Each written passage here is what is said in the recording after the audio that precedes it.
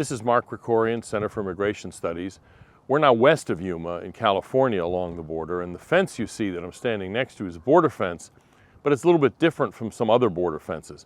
This is called a floating fence because it sits on top of the sand dunes. The soil here, there's no soil, it's sand. You can't really create a foundation for it. It does go about 4 feet down into the sand, but periodically will get covered up and then has to be either cleaned off or lifted up to be put back on top of the sand.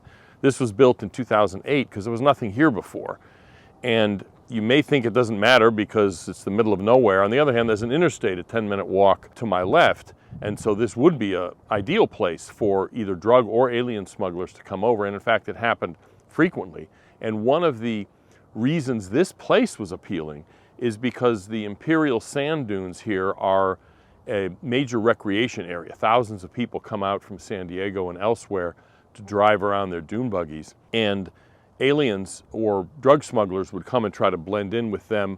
A Border Patrol agent was killed here by smugglers, and so in 2008, at the end of the George W. Bush administration, they put up this fence. It's about 16 feet tall, and even though it's not impossible to get over or through, there have been examples of people trying to cut holes in it. There's a famous example of an attempt to put a ramp up and over where a Jeep Cherokee went up and then just got stuck at the top, sort of impaled by the points at the top. But it makes this area dramatically safer for the people coming here for recreation, but also essentially closes this off as a significant area for drug or alien smuggling. And so what it proves is there are, in fact, places where physical barriers of the border are game changers.